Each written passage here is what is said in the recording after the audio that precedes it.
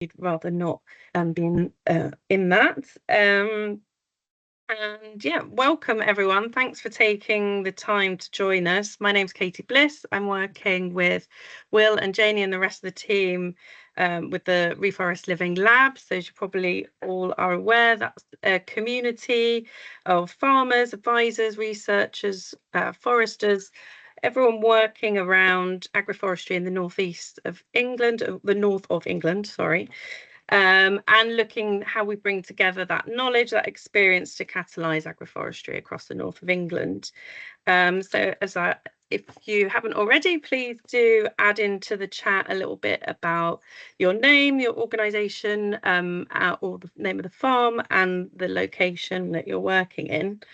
So yeah, it's really informal today. The idea is, as we are this living lab of people working all across the sector, to work with Sam and Claire to develop their ideas for developing a potential silvopasture system, and really to create a space to share practical insights into developing agroforestry systems, the practical considerations, farmer experience, and also to have people from across the sector to input on considerations for the design.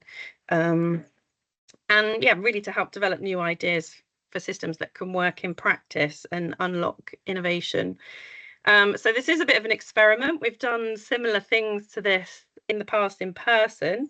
So we thought we'd see how it can work online, because online, to be able to bring more people together. And so the tone is very much informal. You're all the experts. We're looking for your opinions. I'm really looking to create that space to learn from each other.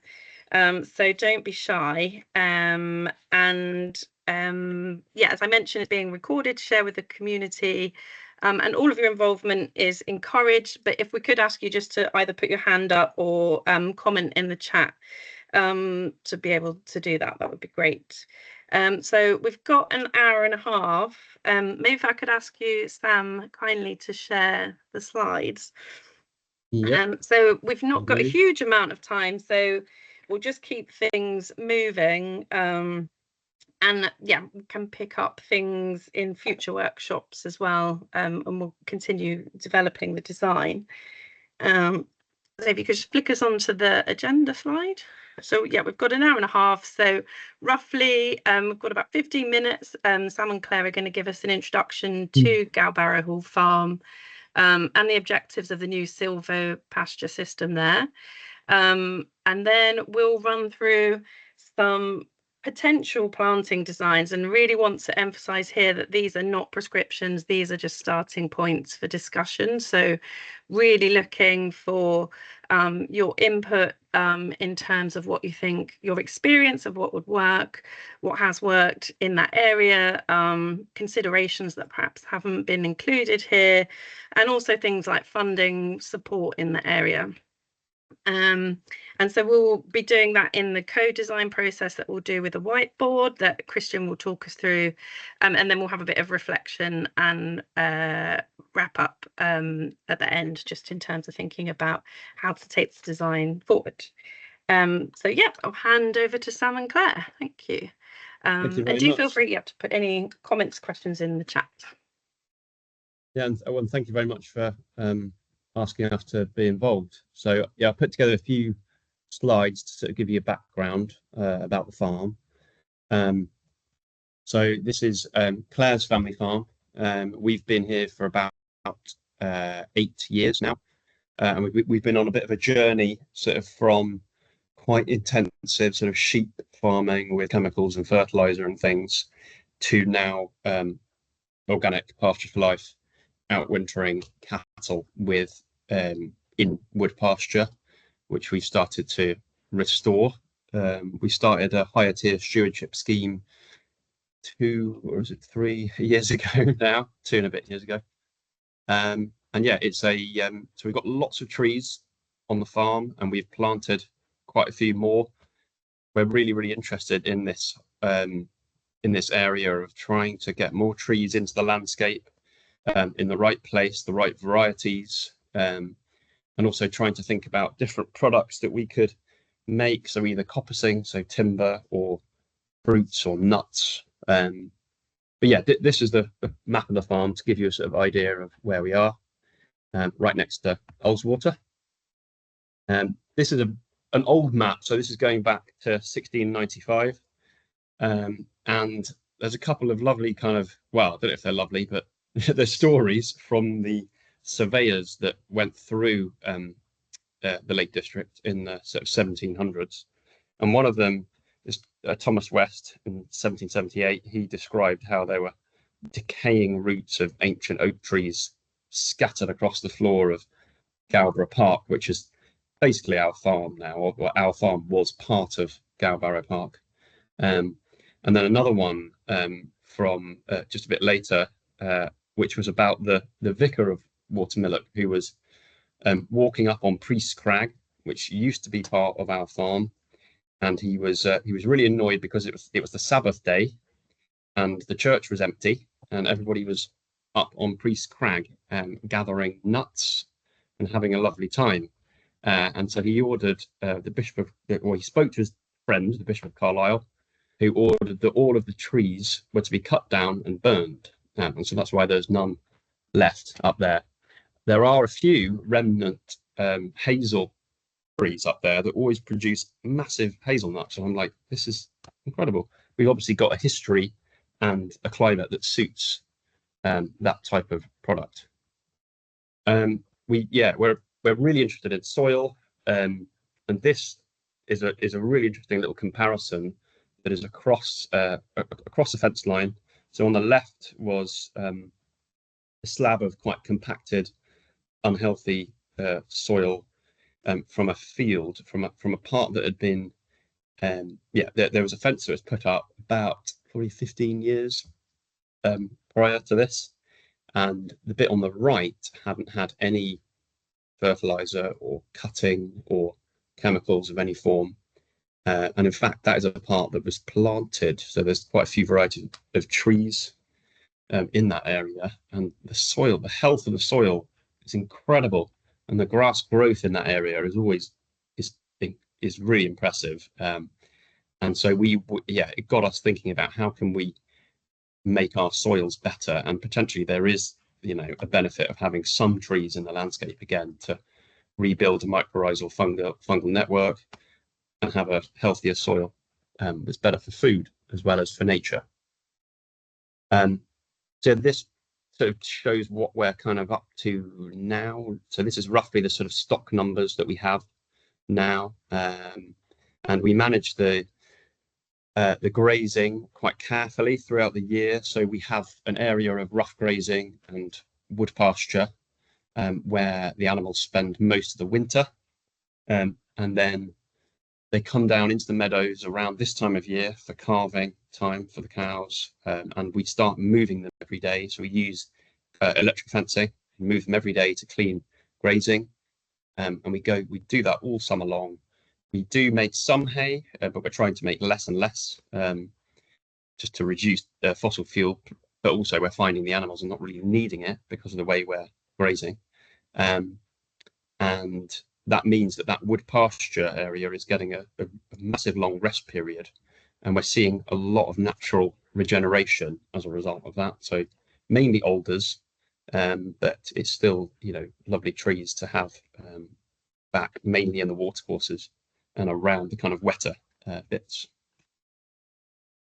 So yeah, we do something called bale grazing as well. So when we get through to basically March, we were finding that that's quite a difficult month potentially. Although this year it wasn't too bad, but actually in previous years we've had very, very cold weather and very, very dry and potentially like beast from the east type of weather, where having some hay is actually quite useful. And we're kind of trying to regenerate that field, and by grazing with bales on it, we're hoping that it's going to restore the soil in that area. And that is actually one of the fields that we're looking at, also trying to introduce more trees, because it's about sort of 600 or 700 meters long and sort of 300 meters sort of deep in places, and when they're at one end of the field, there is absolutely no shelter if the wind is howling in. Yeah, so it could well be a good thing to do in that area. Yeah, this is my son Ike demonstrating the bale pod layout. So this is where we put the bales out after they were made, and then we unroll them sort of every day through March to feed the herd. So am I doing this bit, Katie, or is this your bit now? Sorry. Yeah, if you just give us an overview of I'll kind keep of going. your priorities. Yeah. Okay. Yeah. This slide comes up twice, but yeah, it's just to reiterate, Okay. really. So these three fields are kind of in the center of the farm, and they're currently not in any. They're not in either wood pasture option, and they're not in species-rich grassland. So basically, they were fields that we kept out of the higher tier stewardship, apart from them being organic and when I was Low I've done input grassland. SFI, low and no input grassland, and they're the ones that I think I'd love to see some more trees in somehow, and that's why I've been talking to Katie about different ideas. Yeah, the cold east wind we talked about before, having more shelter from that would be great. The browse benefits for the cattle. So things like willow, fantastic for animal health. We do struggle, not struggle exactly, but we do treat for fluke.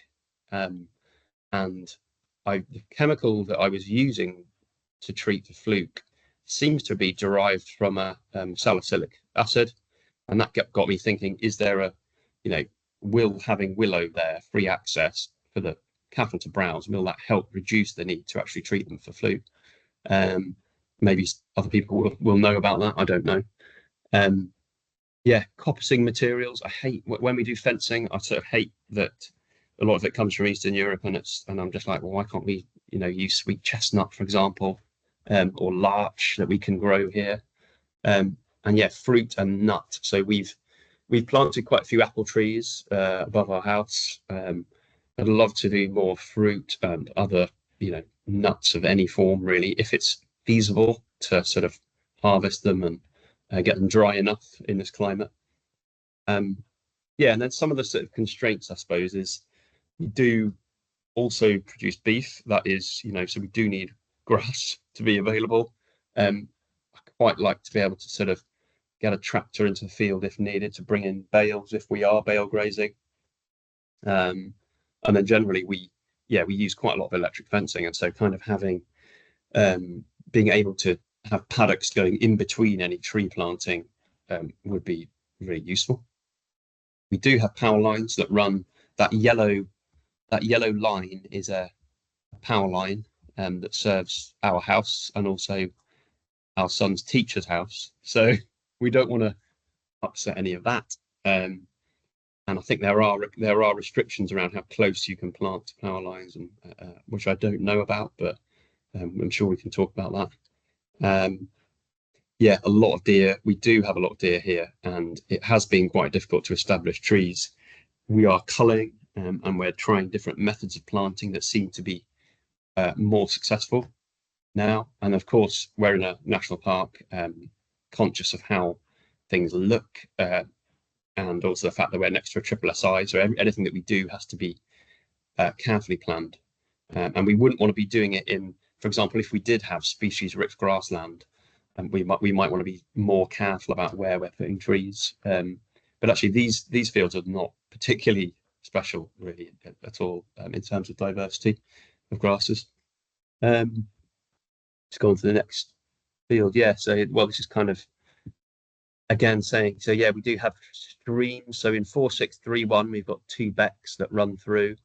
And we do have, there's wetter places. So within some of the fields, we have actually got alder just popping up in the field in amongst the rushes, which is a good sign, and I guess shows us where we should probably plant alder and willow in those bits. So yeah, this is one of the other fields, one of the fields that I'm looking at, and we planted a lovely hedge with the Woodland Trust. This was probably 4 or 5 years ago, and it's really making a big difference actually in that field, and it just demonstrates what's possible. And then another, this is not just looking southwest from that same point. This is the field that's got the watercourses in, and this is very, very windy from the west. So we planted a hedge here too. It's been a lot slower to actually establish than the first one, partly because I think we planted into bare soil in the first one, and it just seemed to get away much better. And potentially the soil was better actually where we planted it. These are just examples of what the fields look like, so you can sort of understand what we're talking about. And you can see the power lines there that run right next to the track. This is the piece of land where the really good soil that I showed. This is where I dug that hole for the really healthy soil. And this was planted probably 15, 20 years ago, I would say, with a mixture of species. So there's some holly in there, there's some oak, birch, alder, some hazel, I think, in places. So it's got a great diversity, and it seems to have been, it's very useful. Lovely field. This is the sort of wet bit where the alders are growing. So this is actually the corner of the field that we used for bale grazing for the last few years in March. And so I put this in because this shows an example of the tree cages that we've put in under the stewardship. So we've gone for sort of 12-foot square exclosures with a very high density of trees inside. And it seems that's working really well. So they're already sort of, some of the willow is already sort of 8 or 10 foot high in the middle of these cages. And we've put, I think it's 75 trees per cage was the specification. About 50 of those were thorns. And then we either had a kind of sort of a wetter mix of alder and willow, or drier stuff like oak, hazel, small leaf lime, I think went in as well. But yeah, quite a big variety have gone in like this. This I think I've sort of talked about sort of already. Is it? Yeah, that's the same slide. It was just a reminder, really, when we move on to the scenarios. Okay. So, cool. Great. Was there anything else you wanted to add, Sam? Sorry, that was probably an abrupt end. I think that's probably about it, Claire. Have I missed anything? Or are you? I think I'm all right. So I can hand over back to you, Katie. Shall I stop sharing now?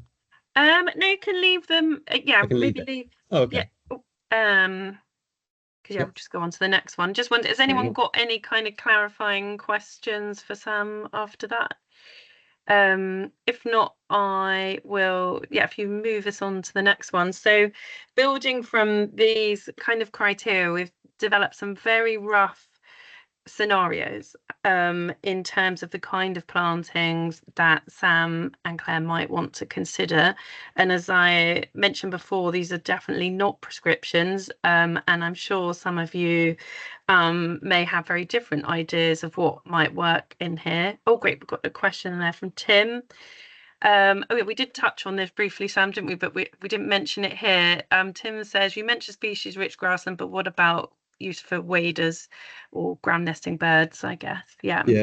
Good question. I mean, that, definitely is another consideration, depending on the context of the farming question. But we have not really got any curlews, I don't think, have we? I mean, if that's an issue, then it's another thing that needs to be factored in, isn't it, into where the trees are going? Absolutely, yeah. And welcome your input on that, Tim, in terms of how they might look into that and considerations. And okay, thanks, Pete. Pete says, and there are no ground nesting birds to speak of. We should mention pigs and ponies. What use do the pigs and ponies have? Well, I guess it's useful just to have a bit of context of the whole farm, isn't it, in terms of the pigs and ponies and that. Yeah. And potentially just to mention that there is another area of planting that you're looking that might be more of an orchard focused planting that we'll leave out of this, but might pick up on some of that fruit and nut element potentially. Yeah, but yeah, just if you want to Possibly. comment on the pigs and Yeah, ponies. so the pigs we've had here for probably 4 years now, and we kind of got them as a way of kind of helping to manage some of the brackeny sort of areas, and because we really like pork. I mean, that sounds silly, doesn't it? But no, it is. It's also that too. And they're fantastic characters, and everybody that comes to visit loves seeing the pigs. So I mean, they're worth their weight in gold for school visits, for example. That we're doing 3 school visits next week, and if we can find the pigs, that'll be a school visit done. We kind of we did, but we only have the pigs in the wood pasture area, and we've got them there as a bit of a disruptor, I'd say. Yeah. In some areas that we kind of almost kind of stagnated in their succession, so the pigs are there to get things going a bit. And then the ponies we have, because they're different type of graziers to the cattle, they are monogastrics. They eat, so seed survives in them are much better, so they can be distributors of seeds much better. But they eat a lot of the very rough grasses that the cows might only nibble at, whereas ponies will eat like a whole thistle. They'll go into the tufted hairgrass quite considerably. So it's just having lots of different types of graziers, lots of different types of dung as well. It's kind of, we take a little bit of inspiration from kind of rewilding projects as what ancient animals were here prior to agriculture. Yeah, I mean those three animals kind of evolved together, and so we felt like having all 3 would be a good thing. And another thing, acorn poisoning, I've heard, is a big risk for cattle, but I'm never worried about that because we have pigs, and they go and they hoover all the acorns up. Well, not all of them, but lots of them. And so if there is a concern about that, then it's the risk is kind of mitigated if you have pigs running around as well. And so is there thinking they could be used in these fields? They might use these fields. They could be used as a tool. They could possibly, yeah. I mean, the pigs don't often get into these fields. They could, but yes, why? I mean, they could certainly as part of it in future, maybe. Yeah. Great. Okay. So yeah, if that's all the questions for now. So we looked at really 3 separate scenarios that obviously could be combined, and there could be completely different scenarios that you think might work as well. So please do feed in on those. But as roughly kind of 3 ideas, one is thinking about silvopasture strips or alleys. So that is looking at 1 to 3 rows of trees across the field. Ideally, we're looking at perpendicular to the prevailing and coldest wind. So Sam mentioned that's coming from the east, and the coldest wind's coming from the east, and then the prevailing wind coming from the west southwest. Lots of different spacings that you could look at, but just thinking about the bale grazing and access with machinery. What we've mapped out is about 20 meters apart. Could look at different spacing between the trees, particularly if you're looking at staggering, but 1 to 3 meters between the trees. And then the potential species, things you might want to consider and that we've talked about so far are species that are in those local broadleaf deciduous woodlands, but also that might provide benefits for browse and shade and shelter. So oak, hazel, birch, willow, wych, elm and lime. And then building on the success that Sam's had with using those thorny shrubs for protection in those blocks, really looking at providing additional protection from deer and other around each tree with thorny shrubs. And these could be fenced off with semi-permanent electric fence along the rows.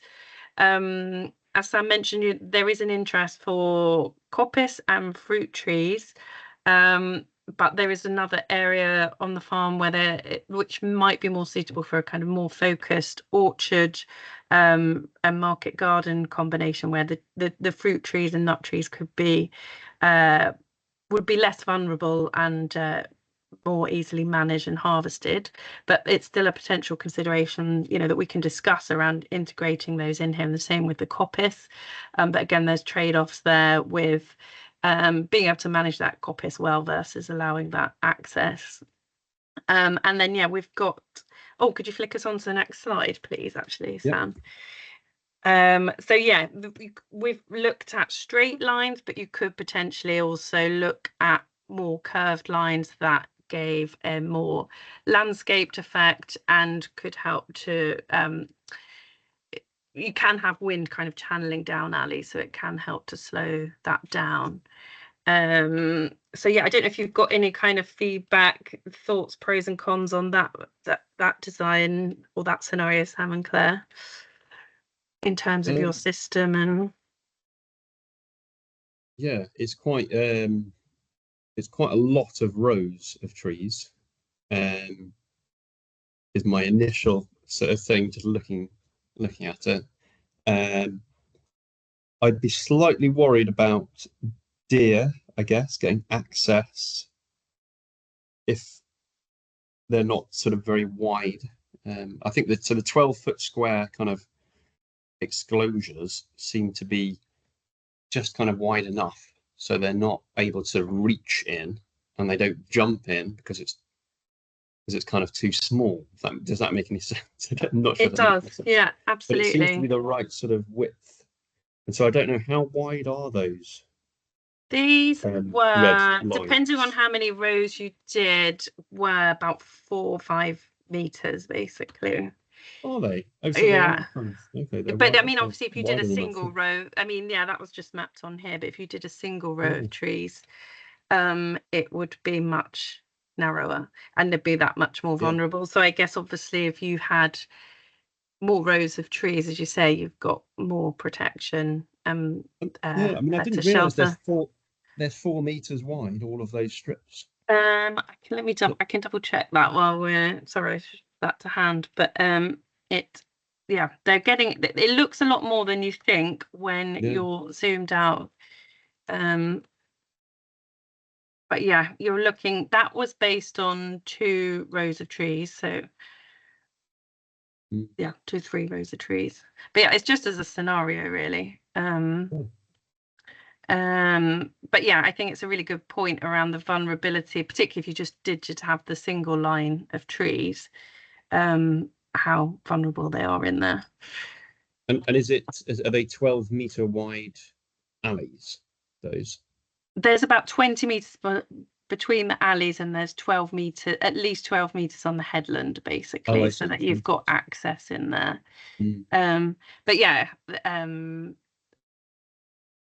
But so I don't know. What kind of paddock sizes are you generally running through? Well, it fluctuates quite a lot, really, depending on how long the grass is and how many animals are in there, and all sorts of other factors. But we potentially go down to sort of, sometimes 20 meters square. I suppose have we done that? Well, that's really small. That section, that 3805 field here, quite often you might just have 3 paddocks or 4 paddocks in there when we strip them. My gut feeling is that they're just a little bit too narrow and for what we tend to do. But I mean, it'd be incredible. It'd be incredible for shelter. Amazing, And but I just would worry that there's not enough space for the cattle around. Absolutely. That's my initial thing. That makes a lot of sense. It's just Well, I don't know, it depends. I think we put the electric fence strips along that way, but if you put electric fence along there, and then electric fence. That's right. And you could always give them that whole. You yeah, might have could you two give- alleys. you could give them 2 alleys, and then they'll sort of meander their way around. But yeah, why not? I don't know. But a wider spaced alley system potentially, so looking wider than Potentially. 20 meters. Yeah. And so yeah, if you click onto the next option, so then it was the kind of, and like I say, there's definitely options in between these two where you're looking at wider spaced, smaller alleys of trees. But this is a scenario where you're looking at in-field shelter belts, so denser strips of trees with bigger gaps between that potentially the stock can eventually have access to. And again, providing shelter to the prevailing and coldest winds, and looking at this sloping profile to push wind up and over. So with those kind of browsable shrubs on the outside to through to a canopy in the middle. And yeah, that would be designed to fit with your existing paddock grazing system to create these sheltered blocks. And a similar mix of species, basically. And then you'd mentioned when we chatted about the possibility to connect that into the existing riparian trees. If you just click on to the next. So yeah, these are wider spaces blocks. So you could also look at kind of just those two, single or 2 to 3 rows of trees. Whereas these are a wider spaced blocks of trees, but more integrated, I guess, with the existing woodland, and in particular looking to have dense blocks on that eastern edge where you've got that particularly cold wind coming in. And then the purple block is to additional shrubs on the other side, just to you can get turbulence. I don't know if Min or Christian want to comment on this, but just to try and minimize turbulence that can occur when you're pushing the wind up and over the wall there. Although there's not a wall there, is there? That's hedging. Not on that bit actually. So that where the purple bit is, that used to be a hedge. Yeah. And that's a hedge that we want to put back in. Definitely. Yeah. But yeah, it makes sense, kind of what you're showing there. Yeah. And I think Tim's point on the previous design is very valid, that obviously it's a lot of planting, it's a lot of fencing, and actually you've got quite vulnerable trees. So perhaps there's something in between these two scenarios that might work. We got any other thoughts on that design? I guess it's also, it's trying to link in with that riparian woodland. And again, this is a question to the group, really. That riparian woodland is mainly older and isn't currently fenced off. And so it's just a question really around potentially eventually allowing access to that area. And I guess the idea would be, Sam, that's managed. So obviously if you saw that there was starting to be any kind of damage in there, you could limit access. Very good question from Tom Fairfax is around water. So I don't know if you want to just quickly talk through. So we did base it around water, but that's a good question. Yeah, so water supply currently, we put a new spring catchment tank in about 6 years ago at the quite near the top of the farm, and we've got a sort of 10,000 litre tank buried underground on a 50 mil pipe that comes all the way down to 3805. So just on the corner of between 3805 and 4631, there's a 25 mil spur that comes off, and then I go above ground at the moment with blue pipe that I drag and move around to wherever the cows are. So it's quite flexible. Although I do spend quite a lot of time dragging blue pipe around. So I don't know whether, with some of this, it might be nice to sort of also sort that out a little bit, so there's less of that. But anyway, so there are. And then also there are watercourses. So up in the winter block, as we call it, the cattle and the pigs and the ponies get to the water courses. As we get nearer the lake, most of the watercourses are now fenced off, but 4631 is still accessible.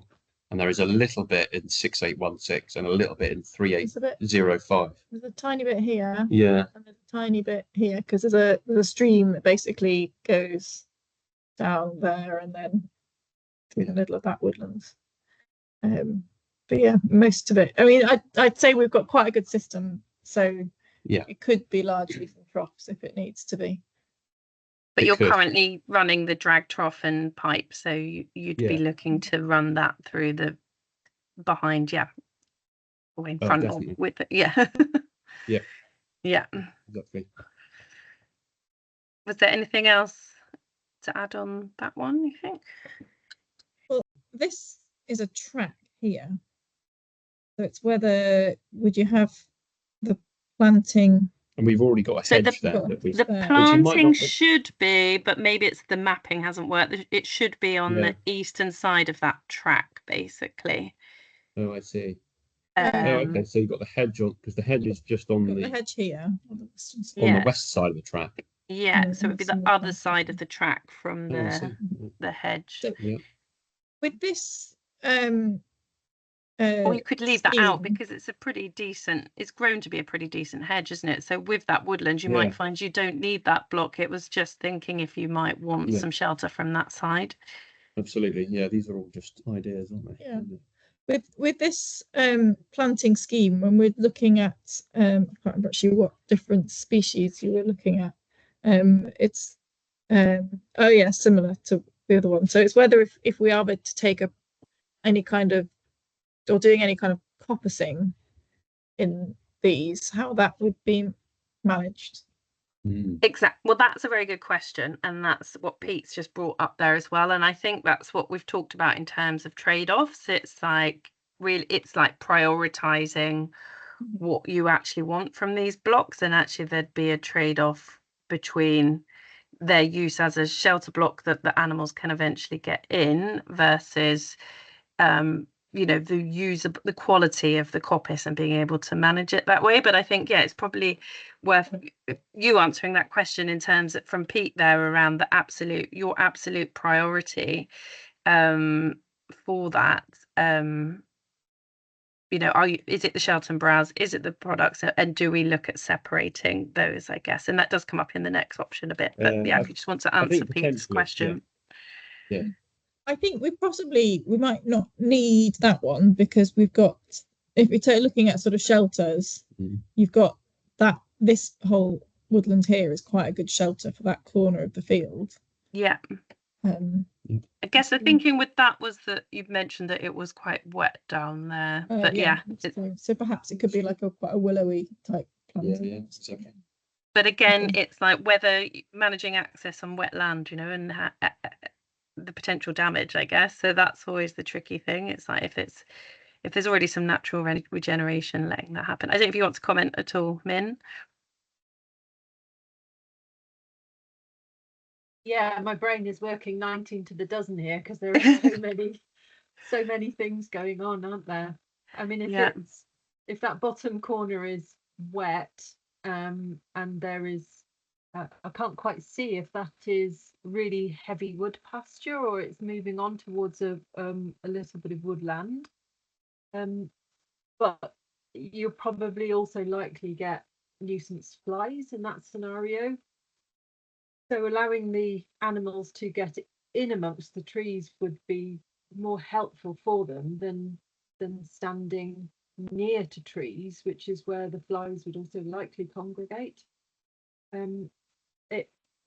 It depends how wet again that it is, but yes, you would expect the root systems to help with at least surface water, which might extend its value as a grazing platform.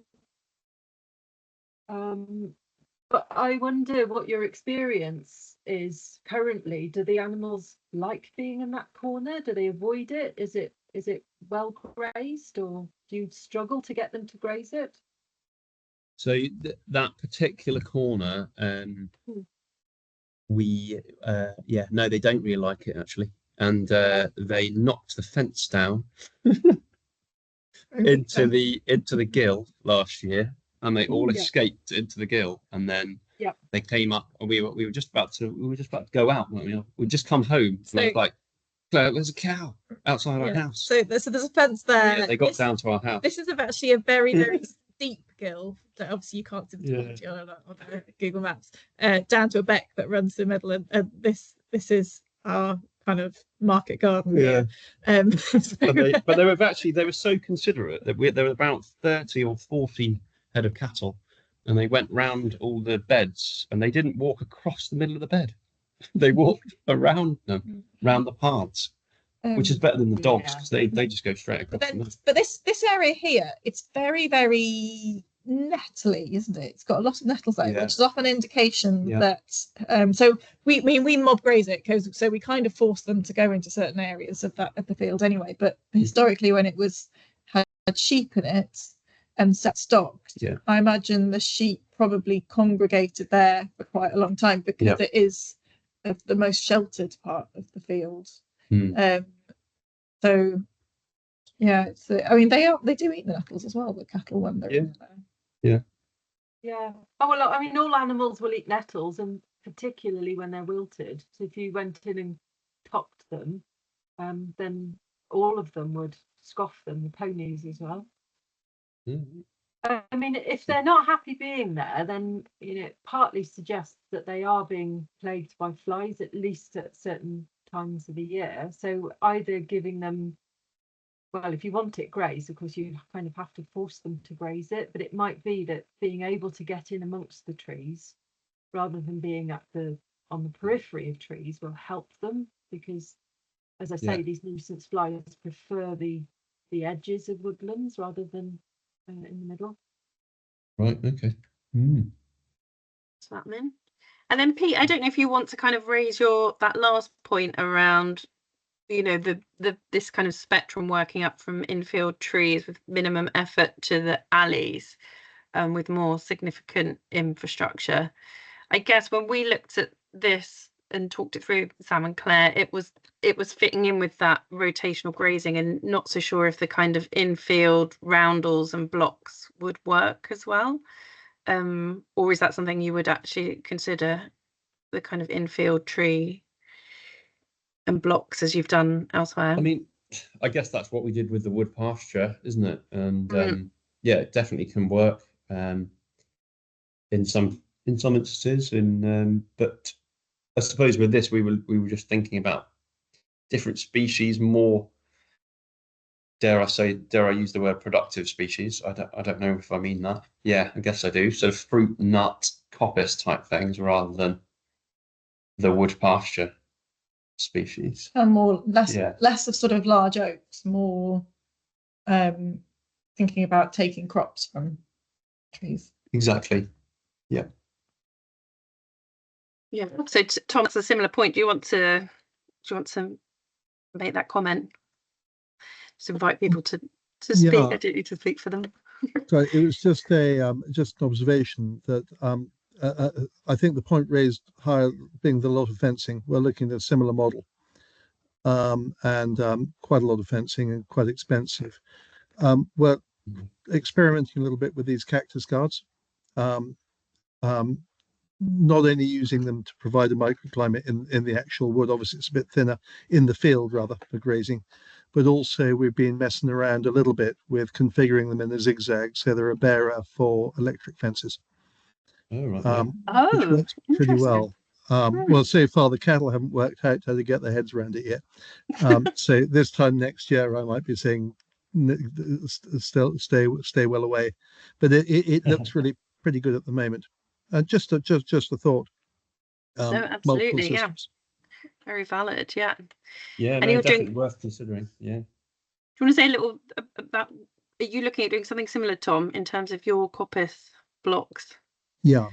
I've got some similar challenges, and so we're looking at the particular field I'm looking at. One of them with a model like this is actually rotational, so I want to be able to consider having some arable in there as well. So obviously the configuration is a little bit different, but not that much. But certainly a combination of the expensive blocks, which mine are 250 meters by 6 meters, and in the middle we're putting in cactus guards to actually fill the blocks, but still be able to get round with A, kit, and B, livestock. Interesting. Yeah. Field drains. Question from Rick there. Field drains, yeah. We do have field drains. Quite a lot of them are already broken, blocked. There are some that we maintain and repair, but quite a few of them we kind of have taken a view that it's just so difficult and expensive to sort of maintain them, that we're kind of looking at the trees as a potential way to help rather than hinder the drainage. And I know that's a bit of there may be some other opinions about that. Yeah, I've definitely heard other opinions. Yeah. People saying, wow, it's a nightmare. We'd Having willow, for example, going up a field drain. we'd rather have good quality soil that drained well with a good root structure than have to rely on field drains. Yeah, Might be naive. exactly. I mean, some of the best soil on the farm is this bit here in the middle between 3805, well, between the three fields where there's no field drains in there, and there's trees, but the soil is fantastic, and it's so resilient. In drought, there's always loads of grass in there, and when it's wet, it's not that wet in there. So incredible, and it shows the potential Totally, of the rest of the farm. Yeah. So that's an interesting consideration there in terms of maybe it's the trees can perform that function. So should we move on to the next one? There's just one more. Yep. And so this is looking at more blocks and coppice blocks and potentially separating those. So similar to those shelter belts, but in blocks located on field edges, less productive areas, but being cautious about putting them in wet areas where they could cause poaching. To provide a living barn. I know some people are not a fan of that term, but just to allow that access for shelter and browse once they're established, and similar mixtures of species. But as we say, you could potentially look at managing some of those as coppice stands separately, just to be able to manage the browse in those. But again, be really interested in terms of what people who are already managing coppicing systems think in terms of what kind of areas you need to make it viable, and about access and how to manage access, really. So if you want to let us on to the next slide, just to give a bit of a visual for that. But again, this could be combined with some of those, potentially with infield trees, but it just depends in terms of your preference, Sam, in terms of, and Claire, how you're grazing that, and if the infield trees with cactus guards, might fit into that as well, and look at smaller areas of shelter here. Yeah, definitely. I mean, I think that's similar to the last one, isn't it? But I think there's benefits of all of the things that have been shown, aren't there?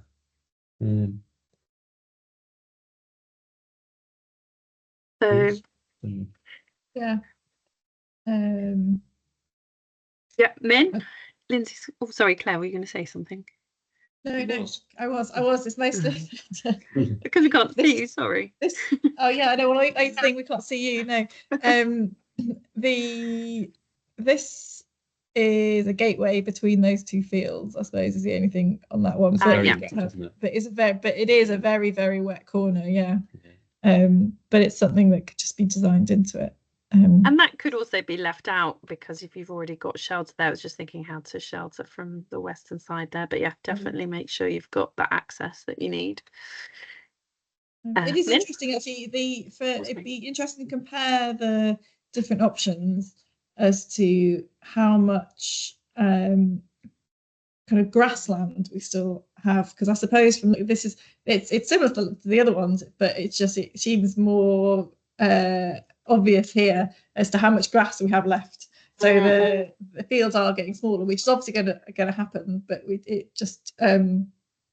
it'd be interesting if it's the same between the different options as to how much grassland is still left. I'm just sort of worried about, particularly since that 6816 is one that we're using for bale grazing, and we can get 30 paddocks out of it in March, and it might just be when we have to reconsider how we're using it, but we may be doing bale grazing across all 3 fields as opposed to just on one, but with the added benefit of having the trees in amongst it as well. Yeah, exactly.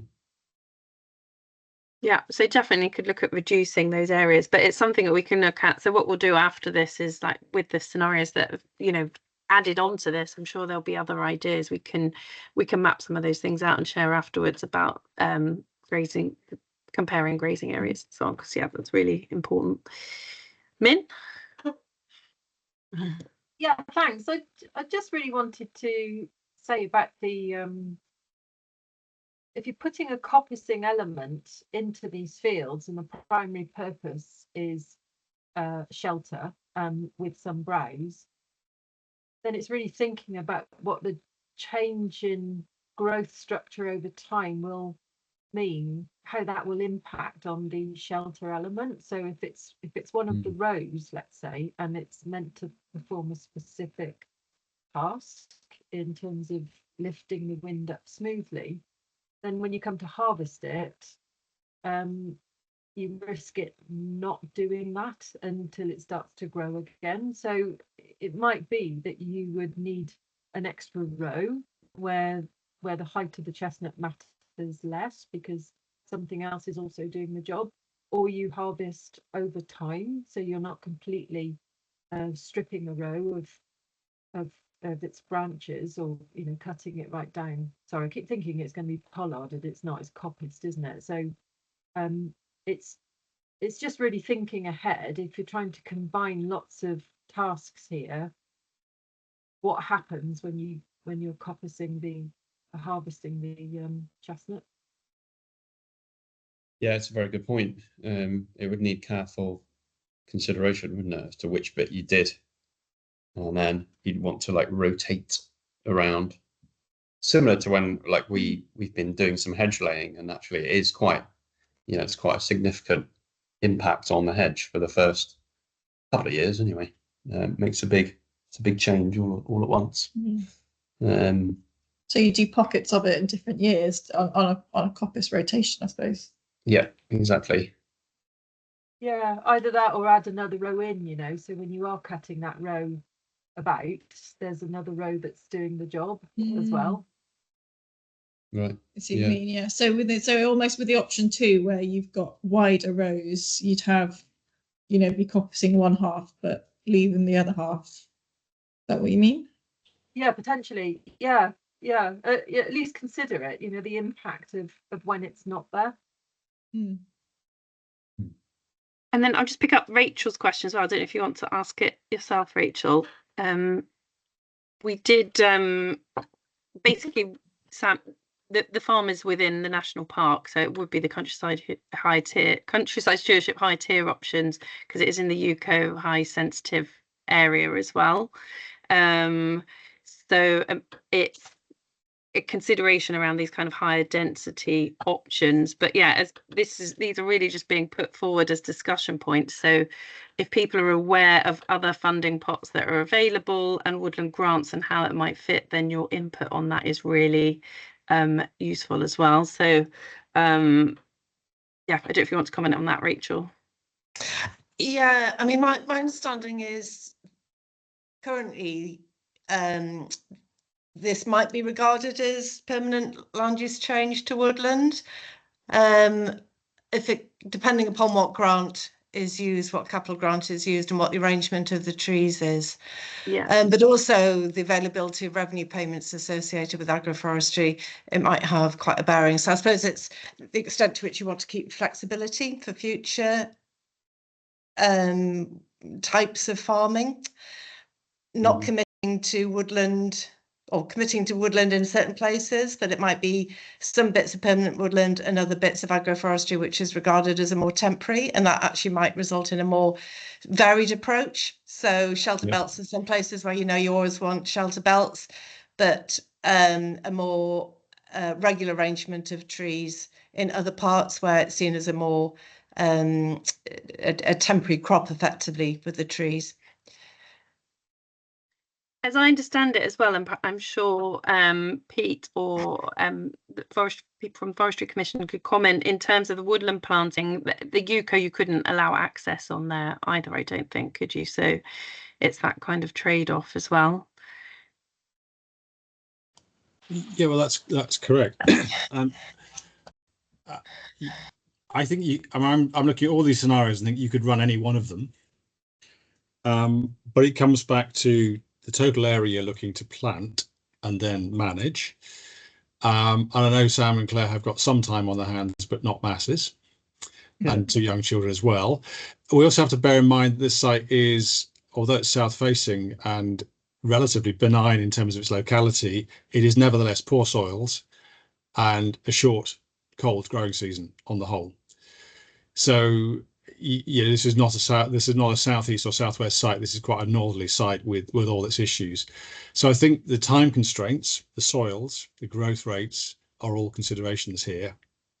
But to tilt to your point, if it was a UCO scheme, you wouldn't be able to put the cattle in it for a long time. So it has to be the right scheme. Yeah. Thank you. And yeah, Emily, was you going to say something there as well? Sorry.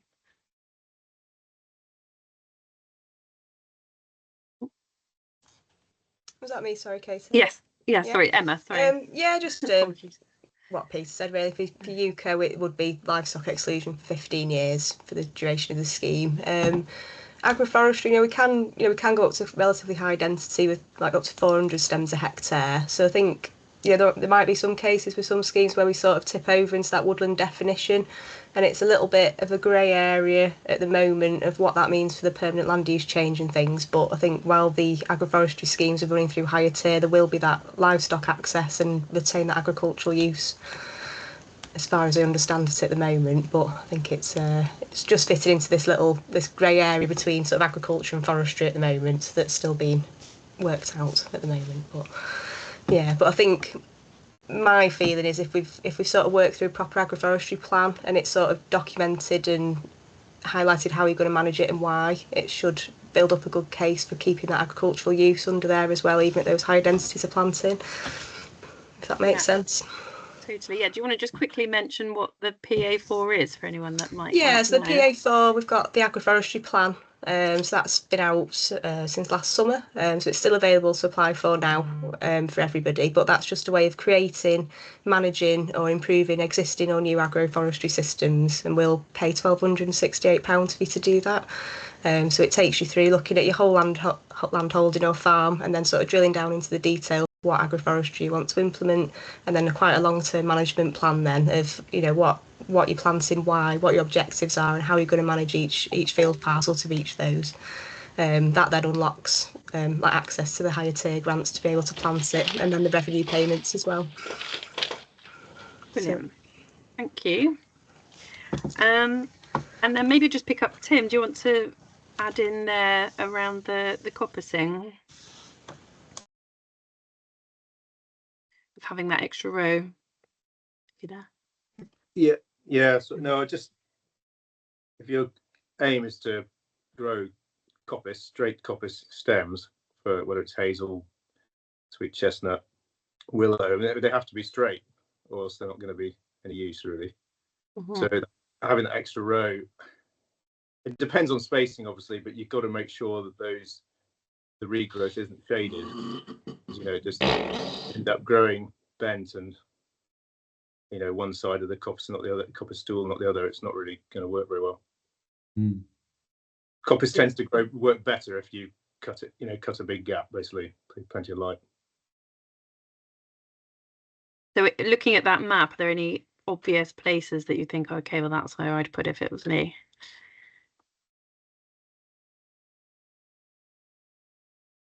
Sorry, no, it wasn't about where I put it. It's just Yeah. that having the extra row. Lindsay was saying that you plant an extra row, so you're never having that problem where you don't have a windbreak. Yeah, no, sorry, I get that. I just was trying to tap into your knowledge of your experience of planting, and if you've got any particular thoughts around where might be a good spot, or any other tips there. No, I mean, I think like Pete said, there's potential in all, and Sam, there's potential in all of those options.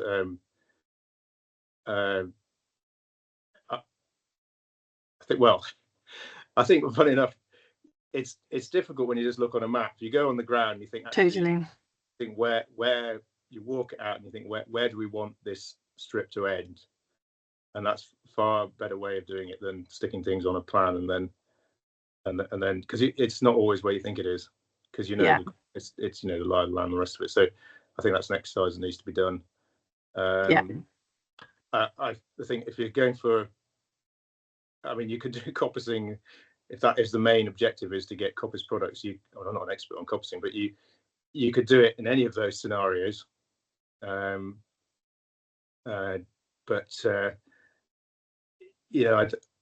don't know. I'm not sure which one I prefer, but I think without being out on the ground and walking it, I don't think I can say which one I think was better. I don't think there's any right or wrong answer here. It's just it's preference, and maybe you do a mixture of all three of those options. You've got 3 fields.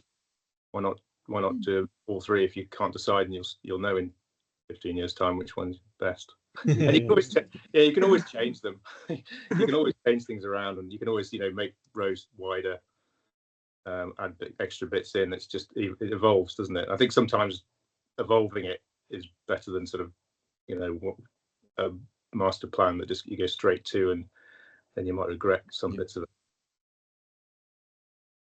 To be fair, I'd agree with that, definitely. Yeah. There's been quite a lot of evolution already, though, hasn't there? I mean, we've done strips and squares and hedges and all sorts of things on site already, Sam and Claire. So, this is winding up the ante a bit, looking at this scale, isn't it? But you've already had lots of experience of different options for establishing trees. Yeah, but it's suiting it. It's matching it to your particular needs from these 3 fields, and I see that as quite critical, especially when one of them you said was you currently using for bale grazing. You've got you've got experience of the different options, but just making absolutely sure that it's not going to stitch you up. With some of those options, I think you'd probably leave yourself a bit short of grazing in time. I'm all for trees, but you've got to balance it up, and it depends on absolutely what you think you're going to do. How many are you going to keep the same number of cattle, ponies, whatever, or are you think you might have a few more? There's lots to consider, aren't there? It's very complicated. That's what we're talking about, I guess. But it's very exciting anyway. Yeah, no, it's exactly right. I think it's these are all kind of just ideas that we're sort of talking about, and nothing's really fixed. And I think potentially if we do something, it's probably going to be a mixture of all 3 of the different scenarios, I would have thought. And then and probably in different fields it'll be different things. And we don't want to stitch ourselves up in terms of not being able to then farm the way that we do. So it's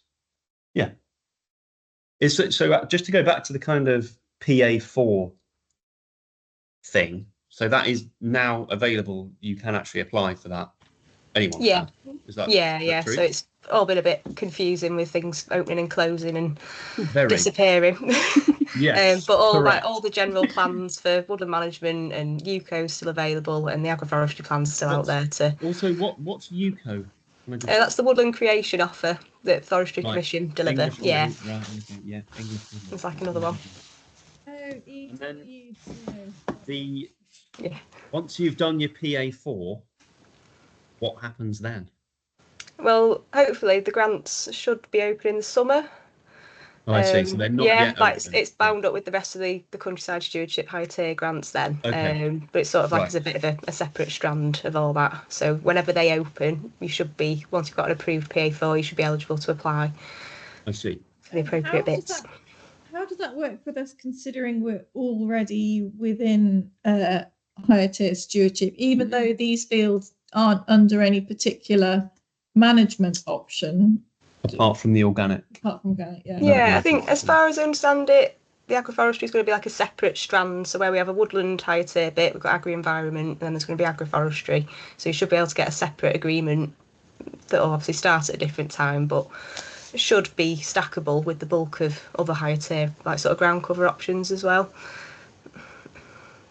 So that should work, so long as you know which codes you've got underneath. So I think if you've got like low input grassland, it should be fairly compatible with the rest of your agroforestry designs as well then. Yeah. Yeah, the PA4, I mean, you can do the PA4 on its own and not apply for grants. You know, you can incorporate different designs. I think we've got certain spacing criteria for the higher tier grants themselves and the capital items of the trees. So I'm not sure, some of these designs might not fit with that grant scheme, but you can use other funding as well to provide funding for the capital works, whether it's the Woodland Trust or your own money or a community forest, you know, or some other part like that to fund the trees themselves in different designs and then come in just for the revenue payments. So there's a little bit more flexibility there depending what you go for. But I think that would be something we could probably work through if you decide to do a PA4, we can sort of go with what you really want to do and what will work best with the land, and then either tweak it, or some bits will be eligible for higher tier, other bits you might have to look for some other funding to do, if that makes sense. But it's all quite new, so we'll see what fits and what doesn't, and work through it that way. Is anyone aware of local funding pots? I don't know if Rick's still on here. You mentioned earlier the Cumbria Community Forest. Is that something, do you know much about that you could share with everybody or anybody else? Yeah, I mean, it's something we've only looked at recently, and we're very pleased we seem to fall within their area. But they do have a specific geographical area, which is the well, they call it the coastal strip, but you know, we're in Newlands Valley and we count as the coastal strip, so quite a wide coastal strip, but we only just counting it. We're about the boundary, I think. So I mean, and if you do fall within that or another one somewhere, I mean, it's very early days with us, but it does seem to be quite flexible and quite supportive in terms of both helping you design the scheme, helping you implement the scheme, and in revenue payments. So I mean, it's early days, but for us, it actually looks like quite a nice solution at the moment, and I'm quite pleased we found it. I mean, I had discounted it because I didn't think we were coastal, but apparently we are. So we must be coastal too, then. So maybe I should. I don't know. Rick's a bit further to the west. I don't know how far. Is that the same as is it the RAISE project? Yes, I mean that I found all of that RAISE Cumbria Community Forest thing very confusing. So, so RAISE is delivering the community forest, Cumbria Community Forest, but RAISE operates throughout the county and has a few other little schemes going, I think. I see. But the community forest is the coastal strip. But yeah, RAISE is the body that's overseeing both of them. That's my understanding. So it's probably first point of call is RAISE, who may tell us if we're in the community forest or if they've got another. You're not. No, I don't think you're in their catchment, but I'd probably recommend getting in touch with them, because they have been doing some agroforestry schemes outside of the PA4 and everything else, so they might be quite good just to have a chat with and go and have a look at some of the farms they've been working as well. Yeah, I mean, certainly the point of having RAISE separate from the community forest was so they could go outside their catchment area for certain things. So yeah, be worth giving them a ring. Brilliant. Okay, well, thanks everyone. And then just to bring up this point here on another note, Stephen's mentioned that he thinks the hazel, and you was saying, Sam and Claire, that the hazel and the cob nuts are done really well there. Might be better suited to the soils than the sweet chestnuts. Yeah. And then potentially this, I mean, really, when I drew this in the corner here, I was thinking of this as a coppice potentially down there. But yeah, depending on how wet it gets, I guess.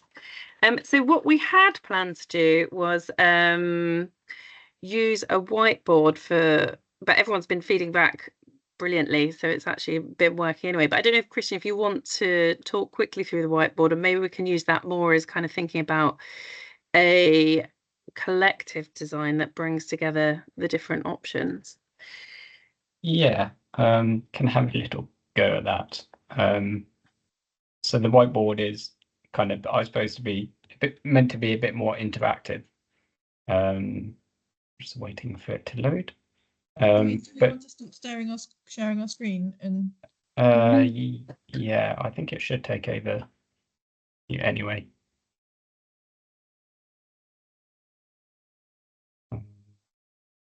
It's just loading now. So the idea here is that we'll have kind of different designs. So on the whiteboard, you'll be able to see the various different designs on the slides that we've just been through. And then we've also on the far right got kind of like a blank map that you can kind of draw on or add notes to, or that kind of thing. So in order to add sticky notes, if you go down to the bottom, there's a bar here where you can just click and create a sticky note, and then you can type in, whatever comments you might have, things like that. Or if you want to draw something on the map, you can click the little pen icon, and then that will give you a pen to draw in as well. But that's pretty much it. So the idea here was kind of let everyone sort of just put any thoughts or any ideas they've got for the different designs, or combine them all together. But yeah, I don't know necessarily how productive this will be. Well, maybe if we have like 3 minutes to quickly jot anything down that hasn't been mentioned, because we can bring in some of those things that have already been mentioned. So if there's anything else that you're thinking in terms of these other designs or potential alternative future design, then yeah, maybe jot them down now. That makes sense. And then we can quickly pick up on those at the end. And so, yeah, the next steps will be to just work with Sam and Claire to think about a design really that kind of brings these together. But yeah, any comments or suggestions, things on species mixtures, potentially anything that kind of comes to mind that we've not talked about. And we'll try and get around those before the end of the session, but if not, at least it's documented and we can integrate that in to the feedback to Sam and Claire as well.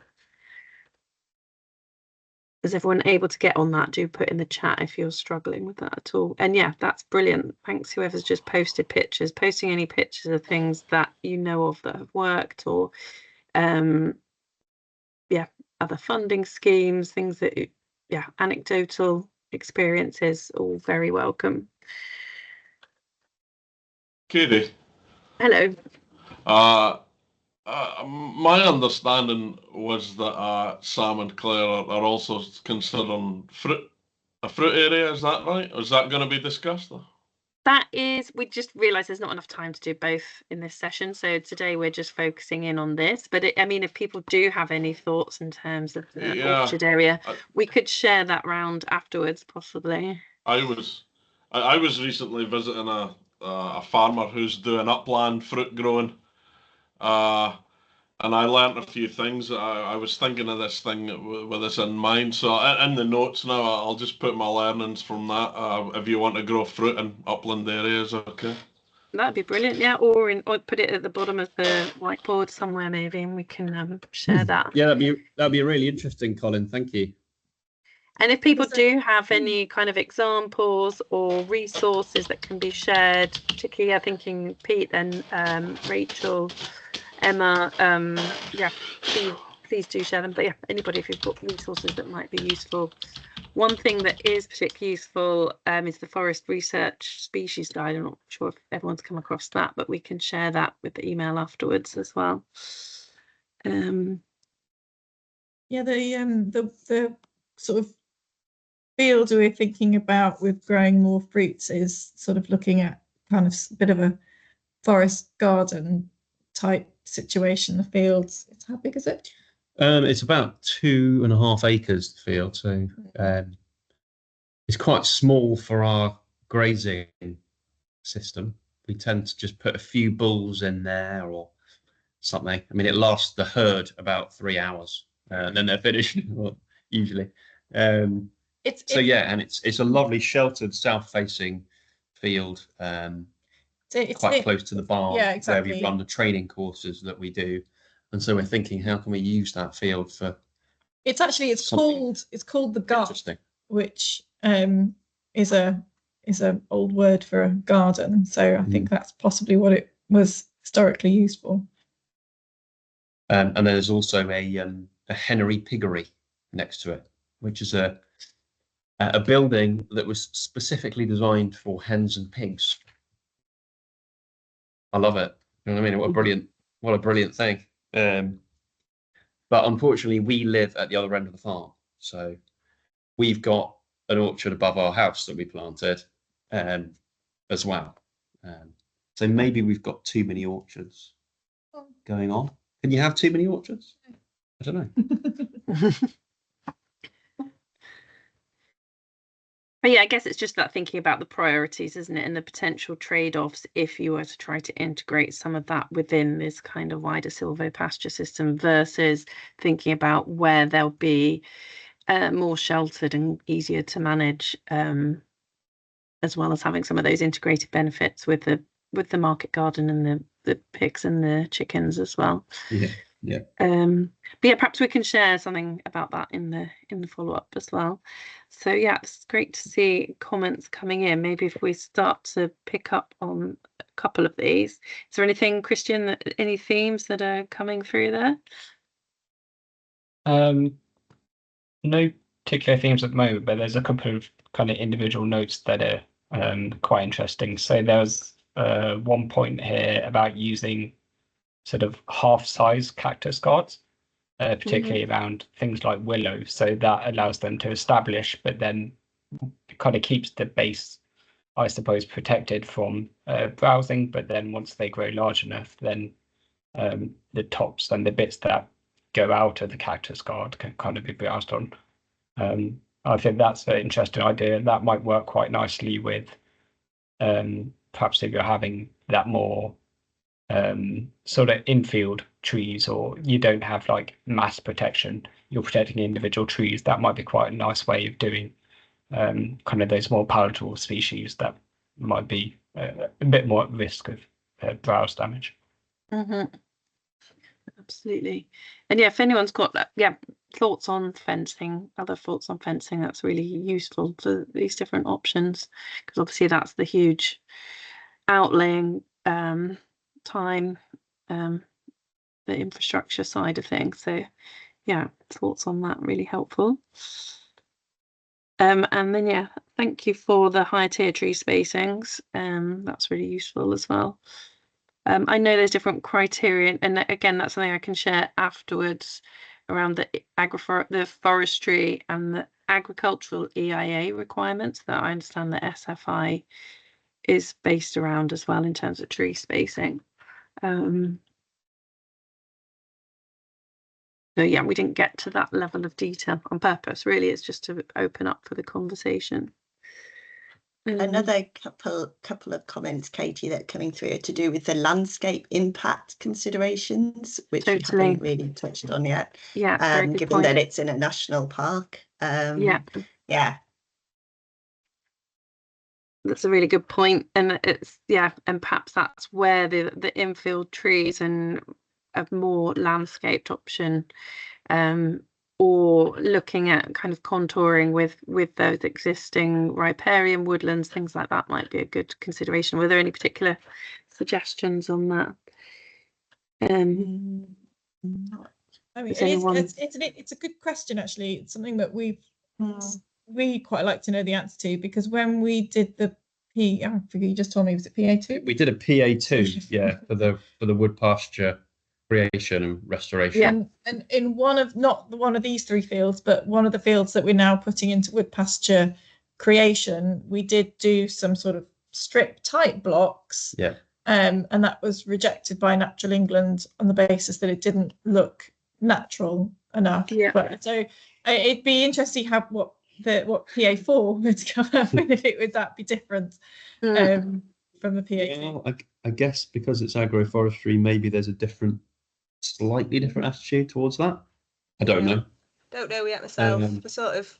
We're working with Natural England and with the National Park as well, so I think we're just starting to touch on this with them and see what their views of it are. But I think it's like the World Heritage status comes into it more, and what we're trying to fix the landscape as. And I mean, agroforestry is a more managed system than wood pasture, so there's that sort of angle, but it's still that visual impact that we need to sort of iron out. I would probably argue that it's even more beautiful, surely, having a sort of a row of trees. I know. It is really it's quite symbolic, I think, isn't it? But maybe, I suppose, beauty's in the eye of the beholder, isn't it? Everyone's got different. Any particular considerations, do you think, on that, Emma? Do you think perhaps looking at more contoured tree lines might be helpful, or potentially? I mean, I've got a plan in the park, but they've gone for a sort of very low density, sort of more wood pasture feel to it anyway, so it's not really come up against this issue. But it's one of them, I think, maybe if you come up with some rough designs, we could maybe have a chat with the National Park and we can start seeing what they're actually thinking, and it's just something we've not really come up with yet. So I'm not, I wouldn't say definite, but just to speak to them first. We haven't talked about contours, have we, much? About planting trees on the contours, because isn't there a massive benefit for water, the way that water moves, if you instead of doing it in just rows, you actually plant it along a contour and try and stick to that contour. Is that right? There could be a benefit there, definitely. I guess it's quite a minimal slope, isn't it, in these fields? I don't know how much we touched on that, but I guess that's part of the reason we chose them in a way. But that it is relatively minimum, although there are undulations and stuff. Not a lot, actually. Not a lot. They are the 3 flat fields. they are the 3 flattest fields on the farm. But I mean, there is benefits to that, definitely, in terms of, but the contours are actually that, if your main, again, it comes back to trading off different objectives. I guess if the main objective is getting that shelter from that cold easterly wind, then your contour lines are going opposite way, basically, aren't they? So that's just definitely a consideration. So we've only got 5 minutes left. There's lots of really interesting things coming through here around kind of getting those infield, the loss of infield trees and the weather issues, and they shouldn't be contentious. And anything else, Christian and Janie, to bring up in the last minute or so? There's a kind of consideration here in the second scenario, so the not the alleys but the other one, tree shelters, we're kind of thinking more about wildlife and connectivity and that side of things as well. So there's a comment here that kind of making a double hedge up one of the tracks would be quite useful for not just microclimate, but also things like foraging for bats or just general connectivity between pieces of existing woodland. And obviously that's quite a useful consideration if you can integrate that as well. Absolutely. Great. Sam and Claire, should we hand back to you? What are your reflections? What do you think you take away from this in terms of potential design? Obviously, still very much work in progress. Yeah. Yeah, well, thank you very much. I mean, it's been it's amazing. I think all three have got potential. And I think we need to just consider all the things we've been talking about. But probably the one that probably initially seems to fit best would be the scenario 2 type of thing. But potentially blending all three. Yeah, I think there's some elements of it that, I mean, even that I would not have thought about, but for example, on it's called Doverfield 6816, where the gate is a right nightmare trying to funnel cattle into it. But you know, if you think about planting, there's elements of that which I had not thought about that would help us even to manage the animals with. Yeah, because the gate's not in the corner of a field, it always creates difficulty. It's always the odd calf that's go through it. But yeah, I think initial reaction is amazing inputs from everyone. But thinking about the volume of fencing we need to do for that, we're definitely going to look up what the PA4 and yeah, considering there's like, we've looked at all the different types of fields, all the different issues on all the fields, and I think picking and choosing different options and from the scenarios would be the ideal solution. But I think looking at scenario 2 seems like the kind of best ones to keep. Best idea is perhaps a base, but pick various other bits from the other scenarios. My gut sort of tells me. Great, and perhaps we can do a kind of a combined design, potential design, and look a bit at some of those questions around the grazing land and the how it fits with the funding. And perhaps, do you want to mention quickly, Christian, farm tree? Yeah, so farm trees, this sort of model that has been developed and used throughout kind of ReForest, and the idea is that you're able to kind of put in a agroforestry system, so kind of put in the trees and how you manage them, and that type of thing, and then it will kind of run various simulations and produce graphs that show you various different things, the economics, but then also just tree growth and kind of grass yield, also any additional products. So if you are doing kind of coppicing, it can sort of account for that in terms of the amount of wood you might or coppice produce you might get. So there's lots of kind of different aspects to it, but the problem is it requires quite a detailed plan of exactly, you know, how you're going to manage your trees, which is why I mean, I ran through a couple of scenarios before, but they were very generic, so not particularly useful. So hopefully now that, you know, we had this discussion, got lots of great ideas, we can produce something that's maybe a bit more detailed and can also kind of factor into your plans and designs. Fantastic, thank you. And there's still lots of really interesting comments coming through, so yeah, feel free to continue adding in on there or emailing afterwards.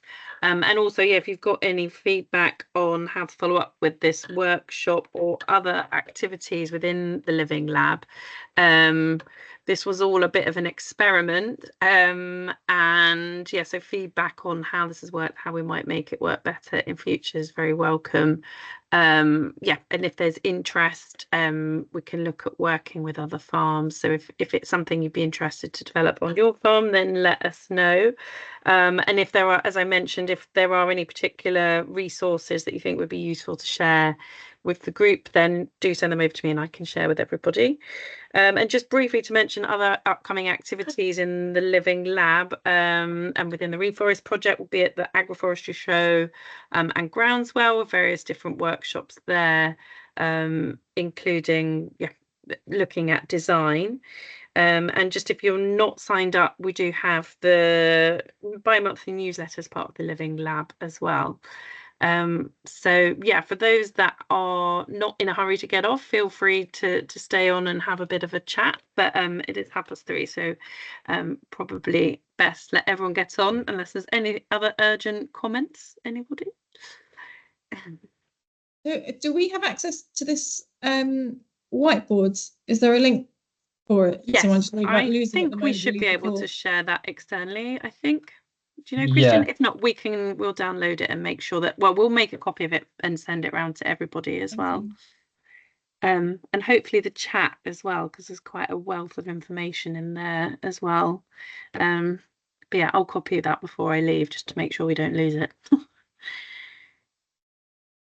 But yeah, well, thank you so much. It's been really valuable to have everybody's ideas, and I appreciate it's much harder to do that online than if we were all out stood in a field together and able to look at it. But it was just to experiment with how this could work and just kind of make it a bit more accessible in some ways if when people are busy. So thank you all so much. I'm glad that your little brain cell is bouncing about, Tom.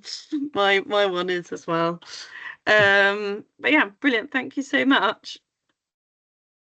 Yeah, thank you for organising it, and yeah, thanks very much for everyone.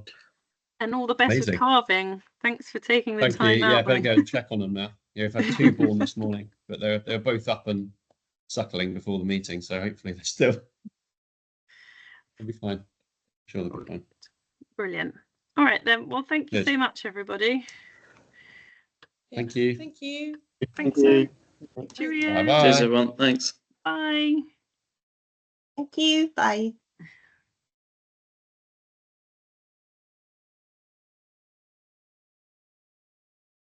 Hello.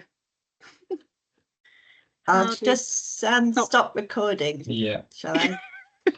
Hold on a second. If I can stop. Yeah, stop recording.